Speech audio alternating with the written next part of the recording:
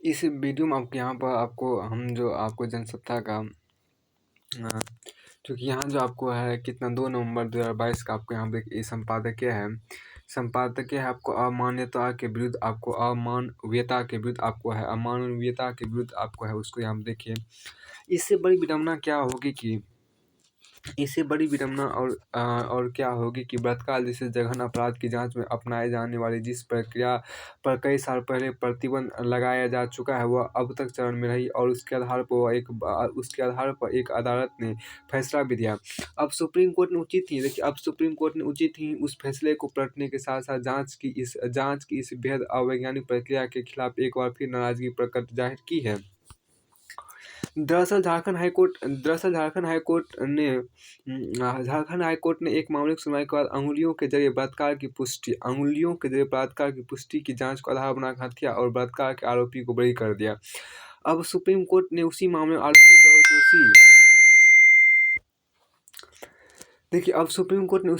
आरोपी को दोषी घोषित किया और बलात्कार की पुष्टि का अपनाए जाने वाली अवैज्ञानिक जांच प्रक्रिया पर पूरी पाबंदी लगाने के साथ साथ इसे चिकित्सा पाठ्यक्रम तक से हटाने को कहा। देखिए हालांकि इससे पहले खुद सर्वोच्च न्यायालय 2013 में ही इस पद्धति को प्रतिबंधित करने का फैसला सुनाया था, मगर विचित्र है कि उसके बाद भी बलात्कार के अपराधों के मामलों की पुष्टि के लिए वैसी जांच प्रक्रिया का सहारा लिया जाता रहा है जिसका कोई वैज्ञानिक आधार नहीं है। बल्कि जांच एक तरह से देखिए बल्कि यह जांच एक तरह से पीड़ित महिला के खिलाफ दोहरा अपराध भी है। दोहरा अपराध भी है। निश्चित तौर पर यह अवस्था में धुरी बहुस्तरीय लापरवाही और सुप्रीम कोर्ट के भी फैसलों की अनदेखी का एक उदाहरण है। सवाल है कि शीर्ष अदालत को स्पष्ट किए जाने के बावजूद महिलाओं के खिलाफ जघन्य अपराध की जांच के इस तरीके का इस्तेमाल क्यों किया जाता रहा? क्या इसके लिए कानूनों को लागू करने वाली संबंधित एजेंसियों पर भी सवाल नहीं उठते? फिर करीब 9 साल पहले इस मसले पर सुप्रीम कोर्ट ने स्पष्ट रूप के बावजूद अगर किसी उच्च न्यायालय के न्यायाधीश ने उसी पद्धति को अपने फैसले का आधार बनाया तो इसे कैसे देखा जाएगा? अगर प्रशासन से लेकर न्यायपालिका तक में इस स्तर की लापरवाही होती है तो अंदाजा लगाया जा सकता है कि समाज के भीतर ऐसे मसलों पर जागरूकता और संवेदनशीलता की क्या दशा होगी? क्या यह महिलाओं और उनके साथ बलात्कार जैसे सबसे गंभीर अपराधों को लेकर भी उस सामूहिक दृष्टि और मानस का नतीजा है जिसमें अधिकार और न्याय के सवाल हाशिए पर चले जाते हैं। इस मसले पर बहुत पहले यह साफ हो चुका है कि बलात्कार की पुष्टि के अंगुलियों से जांच के जरिए यौन संबंधों तक के आभास का भी आधा अधूरा पता ही लगाया जा सकता है। बहुत अच्छा यहाँ पर कहा गया। देखिए इस मसले बहुत पहले ही साफ हो चुका है कि बलात्कार की पुष्टि के लिए अंगुलियों से जांच के जरिए यौन संबंधों तक के अभ्यास का भी आधा अधूरा ही पता लगाया जा सकता है। बाहर से तमाम देशों में इस तरह की जांच पूरी तरह पाबंदी है। इसके अलावा यह कैसे मान लिया जाता रहा है कि अगर किसी महिला ने पहले यौन संबंध बनाए हैं तो उससे बलात्कार नहीं हुआ हो सकता है। देखिए इसके अलावा यह कैसे मान लिया जाता रहा कि अगर किसी महिला ने पहले से यौन संबंध बनाए हैं तो उससे बलात्कार नहीं हुआ हो सकता है। यह अपने आप में एक अमान्य और बेतुका निष्कर्ष है। ध्यान देना देखिए इसके अलावा यह कैसे मान लिया जाता रहा है कि अगर किसी महिला ने पहले यौन संबंध बनाए हैं तो उससे बलात्कार नहीं हुआ हो सकता है। यह अपने आप में एक अमान्य और बेतुका निष्कर्ष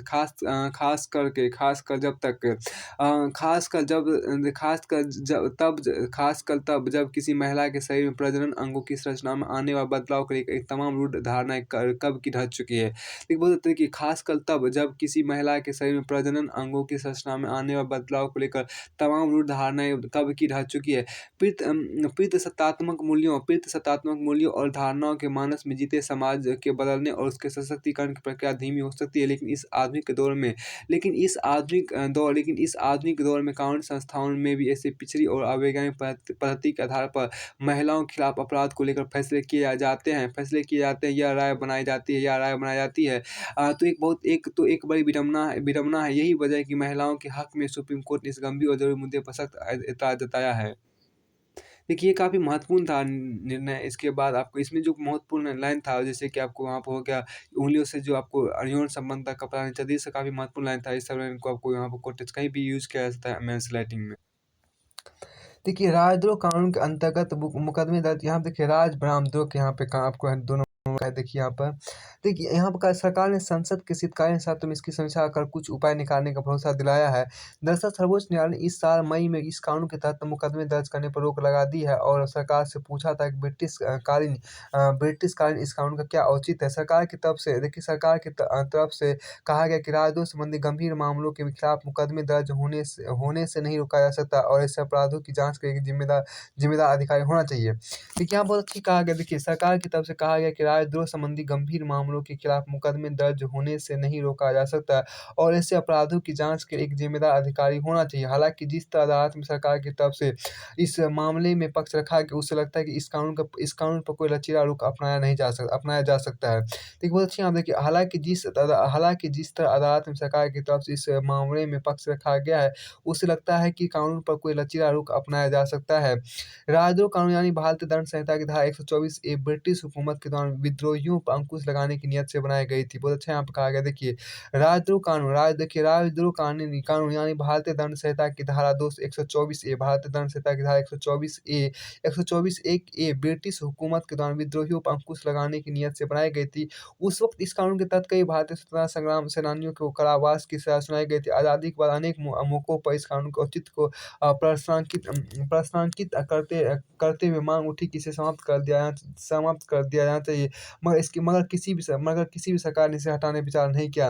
पिछले 7-8 सालों में इस कानून के तहत अनेक बुद्धिजीवी व सामाजिक कार्यकर्ताओं को जेल भेजा जा चुका है। इसलिए फिर से इस कानून के विरोध में आवाज़ उठनी शुरू हुई है। इसी संबंध में सर्वोच्च न्यायालय में याचिका दायर की गई, जिस पर अदालत ने कहा कि जब तक सरकार इस कानून की समीक्षा नहीं कर लेती, तब तक इसके तहत किसी पर मुकदमा नहीं दर्ज किया जा सकता।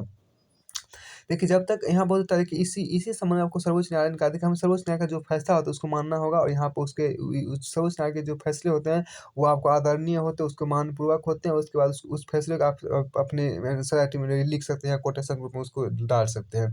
देखिए सर्वोच्च न्यायालय ने ऐसी याचिका दायर की जिस पर अदालत ने कहा कि जब तक सरकार इस कानून की समीक्षा नहीं कर रही थी, तब तक इसके तहत किसी पर मुकदमा नहीं दर्ज किया जा सकता।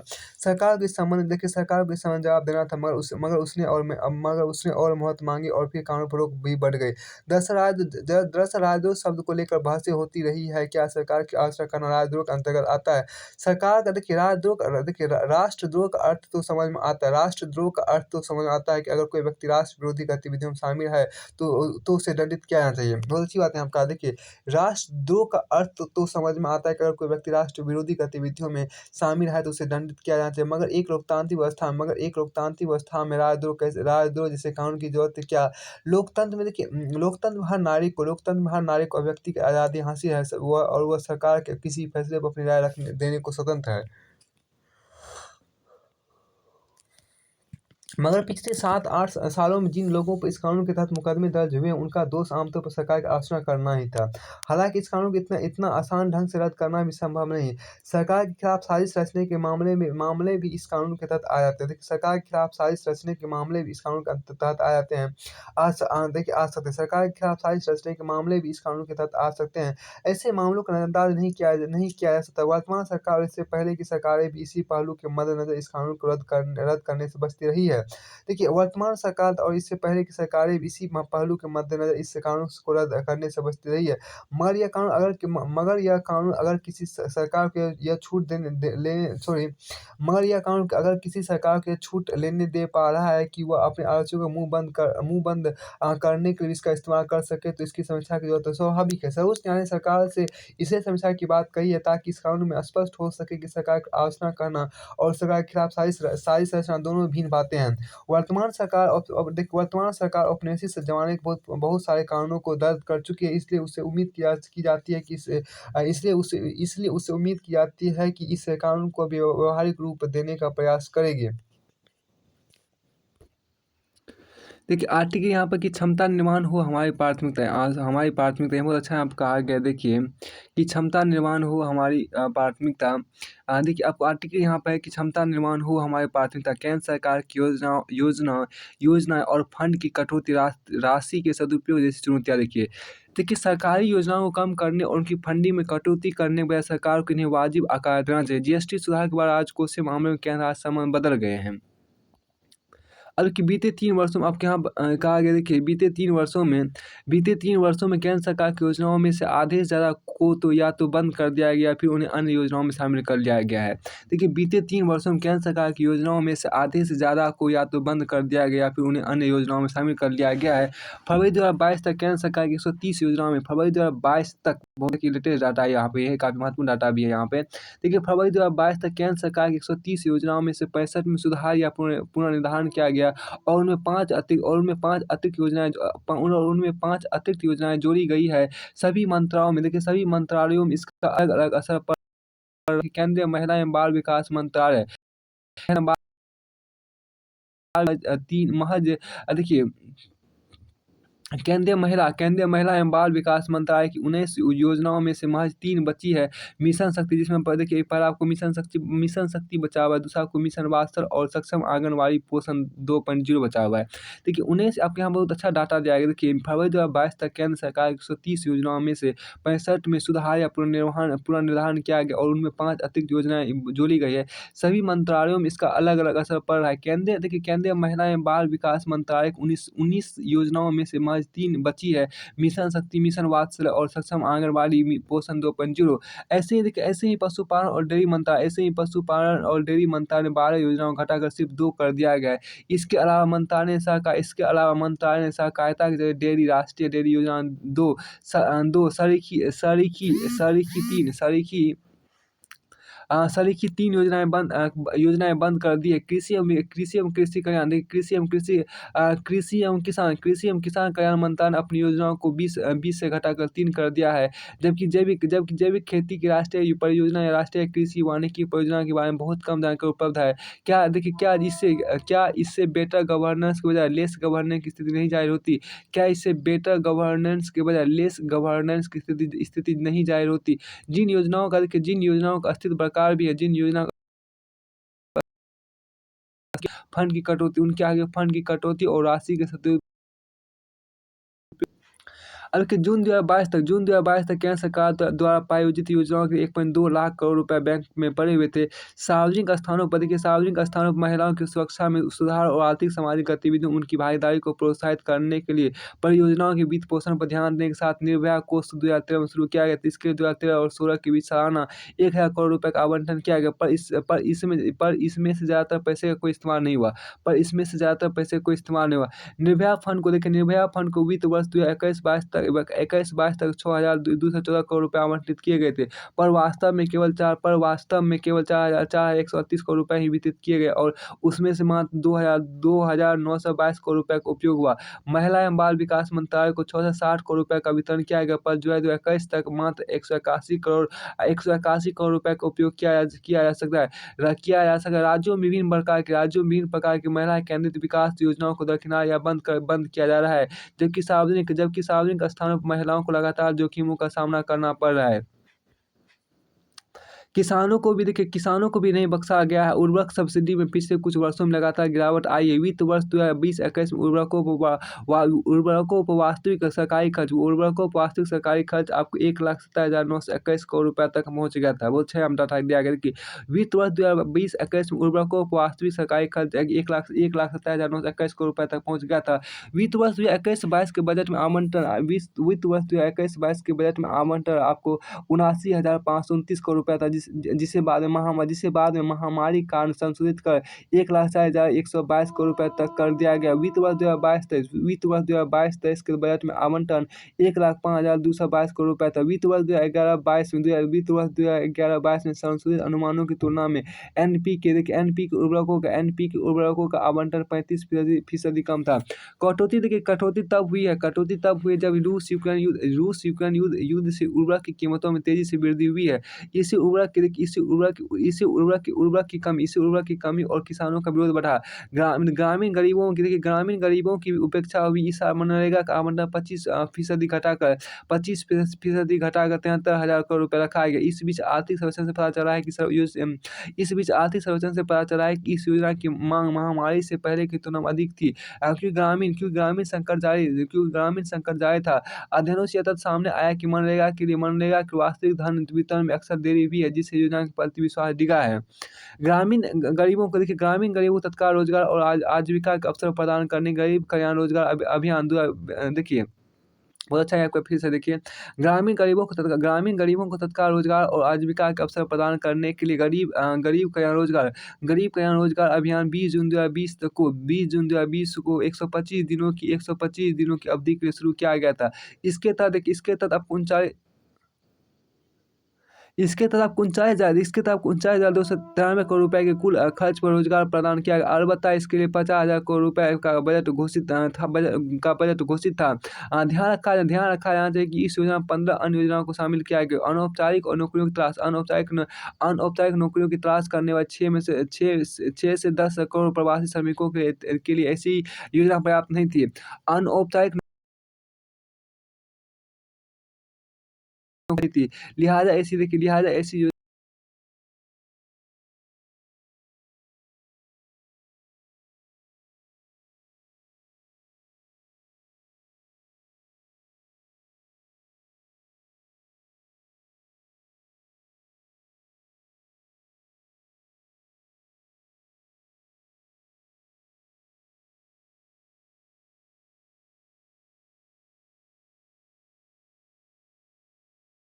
और 22 में काम करते रहने के बावजूद इनमें से अनेक लोगों ने वेतन में 6 महीने तक की देरी देखी है। इनमें से अनेक की नौकरी अस्थायी नहीं है, पर मजदूरी और मानदेय न्यूनतम स्तरों पर अटके हुए हैं। कोविड-19 देखिए बहुत अच्छा यहाँ कोविड-19 महामारी के दौरान उनके योगदान को महत्व देते हुए उन्हें ईएसआईसी और ईपीएफ लाभ दिया जाना चाहिए। और अच्छा यहाँ पे कहा गया है कि कोविड-19 महामारी के दौरान उनके योगदान को महत्व देते हुए उन्हें ईएसआईसी और ईपीएफ लाभ दिया जाना चाहिए। इस दौरान जैव विविधता की भी गंभीर अनदेखी की गई है। कोनों में चीतों के आने को छोड़ दे तो पर्यावरण, वन और जलवायु परिवर्तन मंत्रालय के तहत वन्य जीव आवास के विकास के वित्त पोषण में पिछले कुछ वर्षों में काफ़ी कटौती की गई है। इसे 2018-19 में 165 करोड़ रुपए से घटाकर 2019-20 में 124.5 करोड़ रुपए और 2020-21 में 87.6 करोड़ रुपए कर दिया गया। प्रोजेक्ट टाइगर के लिए भी आवंटन 2018-19 में 323 करोड़ रुपए से घटाकर वित्त वर्ष 2020-21 में 194.5 करोड़ रुपए कर दिया गया। अगर फंडिंग में कटौती जारी रही तो हम अपने जलवायु परिवर्तन दायित्वों को कैसे पूरा करेंगे? सरकारी योजनाओं को कम करने और उनकी फंडिंग में कटौती करने वाली सरकार को इन्हें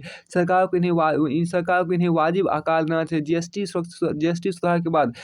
सुधार के बाद राजकोषीय मामलों में केंद्र राज्य संबंध बदल गया। हमारी सार्वजनिक सेवाओं में अधिक डॉक्टरों, शिक्षकों, इंजीनियरों के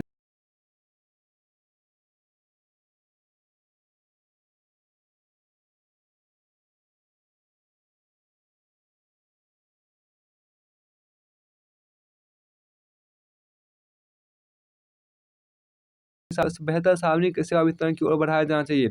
अच्छा कहा गया देखिए, सरकारी योजनाओं में कटौती के बजाय हमें अपनी आकांक्षाओं को बेहतर सार्वजनिक सेवा वितरण की ओर बढ़ाना चाहिए। देखिए यहाँ पर कहा गया सरकारी योजनाओं में कटौती के बजाय हमें अपनी आकांक्षाओं को बेहतर सार्वजनिक सेवा वितरण की ओर बढ़ाना चाहिए।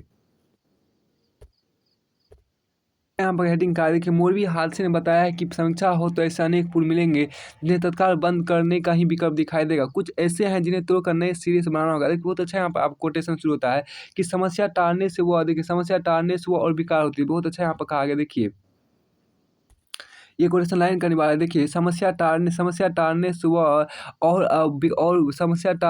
और बेकार होती है। जो समस्या सामने है उसका समाधान भविष्य का ध्यान रखते हुए करना चाहिए। बहुत अच्छा कहा गया देखिए, समस्या टालने से वो और बेकार होती है।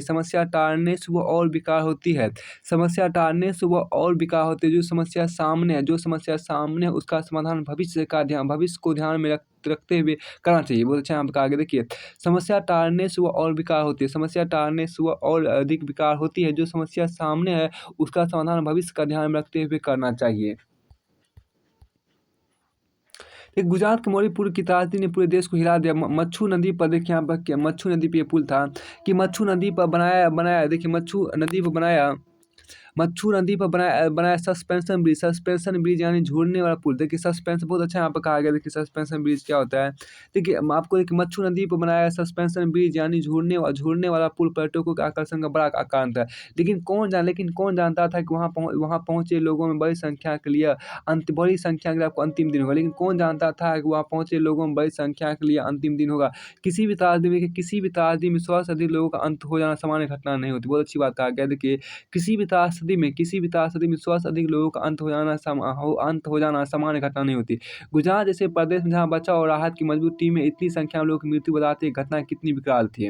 देखिए गुजरात जैसे प्रदेशों में जहाँ बचाव और राहत की मजबूत टीमें हैं, इतनी संख्या में लोगों की मृत्यु बताती है, घटना कितनी विकराल थी। वहाँ एनडीआरएफ और एसडीआरएफ के साथ तैराकों व दमकल वायुसेना के दम कमांडो रेस्क्यू आदि सब कुछ होने के बावजूद दूसरे दिन भी लापता लोगों को पता नहीं लग सका और इस कारण मृतकों की संख्या बताना कठिन हो गया।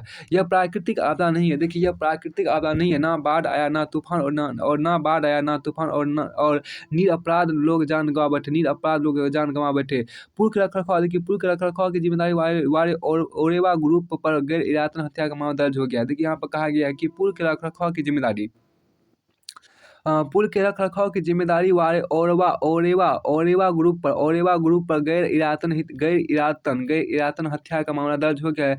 जांच की समिति भी बना दी गई। निस्संदेह इस समय आप किसी भी कारण को खारिज नहीं कर सकते। निस्संदेह आप इस समय किसी भी कारण को खारिज नहीं कर सकते हैं। लेकिन अभी तक जानकारी इतनी है कि पुल कमजोर था। अभी तक की जानकारी इतनी है कि पुल कमजोर था। करीब 150 वर्ष देखिए करीब 150 वर्ष पुराने पुल कमजोर और जोखिम भरा था। बहुत अच्छा है आपका करीब 150 वर्ष पुराना पुल कमजोर और जोखिम भरा था। तभी मरम्मत के 6 माह पहले बंद कर दिया। तभी मरम्मत के लिए 6 माह पहले बंद कर दिया गया था। ओरेवा ग्रुप ने इसकी मरम्मत की था 26 अक्टूबर को लोगों के लिए खोला गया। बहुत अच्छा है आपका गया है। देखिए ओरेवा ग्रुप ने इसकी मरम्मत की था 26 अक्टूबर को लोगों के लिए खोला गया। यानी 4 दिन पहले खुला और 5वें दिन की शाम को पुल टूट गया। यानी 4 दिन पहले खुला और 5वें दिन की शाम पुल टूट गया। यह कैसे संभव है कि एक कंपनी पुल की मरम्मत इतनी कोताही बरते कि वो 4 दिन भी ना चल पाए? बहुत अच्छा यहाँ पे कहा गया। देखिए यह कैसे संभव है कि एक कंपनी पुल की मरम्मत में इतनी कोताही बरते कि वो 4 दिन में ना चल पाए? वहाँ के नगर निगम का कहना है कि उस पुल की क्षमता 100 लोगों की है, लेकिन 500 से अधिक लोग उस पर इकट्ठा थे। बहुत अच्छी बात यहाँ पे कहा गया है। वहाँ के नगर निगम का कहना है कि उस पुल की क्षमता 100 लोगों की है, लेकिन 500 से अधिक लोग उस पे इकट्ठा थे। निर्धारित संख्या से ज़्यादा लोग आए क्यों? यदि निर्धारित संख्या तक ही टिकट काटा जाता था, समय सीमा तय कर लोगों को बाहर निकाल कर फिर नए लोगों को प्रवेश कराया जाता, तो यह हादसा नहीं होता। इतने पुराने पुल पर तय संख्या ज़्यादा टिकट काट कर लोगों को जाने दिया गया तो दुर्घटना को निमंत्रण देने जैसा व्यवहार था। देखिए नगर निगम का तर्क है कि फिटनेस सर्टिफिकेट के लिए बिना ही कंपनी ने इसे चालू कर दिया। देखिए नगर निगम का तर्क है कि फिटनेस सर्टिफिकेट लिए बिना ही कंपनी ने इसे चालू कर दिया। यह हैत की बात है कि नगर निगम की सहमति के बगैर कंपनी ने पुल को खोल दिया होगा। देखिए यह हैत की बात है कि नगर निगम की सहमति के बगैर कंपनी ने पुल को खोल दिया होगा। कंपनी प्रशासन को रिपोर्ट दे सकती थी। और फैसला प्रशासन का ही होता है। कंपनी प्रशासन को रिपोर्ट दे सकती है और फैसला प्रशासन का ही होता है। आखिर इतने लोगों की जान चली जाए, सैकड़ों परिवार तबाह हो जाए और उसके लिए केवल मेंटेनेंस करने वाली कंपनी को जिम्मेदार मानना एक पक्षीय फैसला होगा। बहुत अच्छी बात यहाँ पे कहा गया है। देखिए आखिर इतने लोगों की जान चली जाए, सैकड़ों परिवार तबाह हो जाए और उसके केवल मेंटेनेंस करने वाली कंपनियों को जिम्मेदार मानना एक पक्षीय फैसला होगा। इस घटना को व्यापक परिप्रेक्ष्य देखिए इस घटना को व्यापक परिप्रेक्ष्य में भी देखने की आवश्यकता है। यह पुल 20 फरवरी 1879 को जनता के लिए खोला गया था। यह पुल आपको 20 फरवरी 1879 को जनता के लिए खोला गया था। हमारे देश में सामान्य यातायात और प्राचीन पुलों की संख्या बहुत ज़्यादा है। समय-समय पर अनेक पुलों की मरम्मत होती रहती है। बावजूद इसके ऐसे पुलों की संख्या किनारों में है, जिन्हें देखने से ही लगता है कि वह कभी बड़ा हादसा हो सकता है, वहाँ कभी बड़ा हादसा हो सकता है। वास्तव में पुल, फुट ओवर ब्रिज आदि को लेकर संबंधित विभाग को जितना सतर्क होना चाहिए, वो प्राय नहीं दिखता। जब बड़ी घटनाएँ होती हैं तो हाय वो तो मचता है, लेकिन कुछ समय बाद फिर वही स्थिति। कोई उससे सबक लेकर अपने यहाँ के पुलों की समीक्षा नहीं करता। कोई उससे सबक लेकर अपने यहाँ के पुलों की कोई उससे सबक ले कोई उससे सबक लेकर अपने यहाँ के पुलों की सुरक्षा नहीं करता। ज़ाहिर है कि मोरबी त्रासदी पूरे देश की चेतावनी होनी चाहिए। हर श्रेणी के पुलों तथा पलाई ओवरों की गहन समीक्षा होनी चाहिए। हर श्रेणी के पुलों तथा पलाई ओवरों की गहन समीक्षा होनी चाहिए। सभी राज्य इसके आदेश जारी कर एक निश्चित समय सीमा के अंदर समीक्षा रिपोर्ट मंगवाएँ और उसके अनुसार जहाँ जैसी मरम्मत या बदलाव की ज़रूरत हो वो किया जाए। देखिए, सभी राज्य इसके आदेश जारी कर एक निश्चित समय सीमा के अंदर समीक्षा रिपोर्ट मंगवाएँ और उसके अनुसार जहाँ जैसी मरम्मत या बदलाव की ज़रूरत हो वो किया जाए। बहुत अच्छा यहाँ पर कहा गया। देखिए, समीक्षा हो तो ऐसे अनेक पुल मिलेंगे जिन्हें तत्काल बंद करने का ही विकल्प दिखाई देगा। कुछ ऐसे पुल हैं जिन्हें तोड़कर नए सिरे से बनाना होगा। समस्या को टालने से वो और बेकार होती है। बहुत अच्छा कहा गया। समस्या को टालने से वो और अधिक बेकार होती है। कुछ जो समस्या सामने उसका समाधान भविष्य का ध्यान रखते हुए किया जाना चाहिए। मोरबी त्रासदी ने हम सबको झकझोरा है। मोरबी त्रासदी ने हम सबको झकझोरा है, लेकिन अगर देश ने इसे सबक नहीं लिया तो ऐसी त्रासदी बार-बार होती रहेगी। स्वयं मोरबी और राजकोट प्रशासन को आगे यह निर्णय करना होगा कि पुल को रखा जाए या नहीं, और रखा जाए या नहीं, और नहीं रखा जाए तो इसका विकल्प क्या हो सकता है। देखिए, बहुत अच्छा कहा गया कि स्वयं मोरबी और राजकोट प्रशासन को आगे यह निर्णय करना होगा कि पुल को रखा जाए या नहीं, और नहीं रखा जाए तो इसका विकल्प क्या हो सकता है। बहुत अच्छा यहाँ पे हेडिंग था, बहुत अच्छा यहाँ पर आपको लिखना था, कोटेशन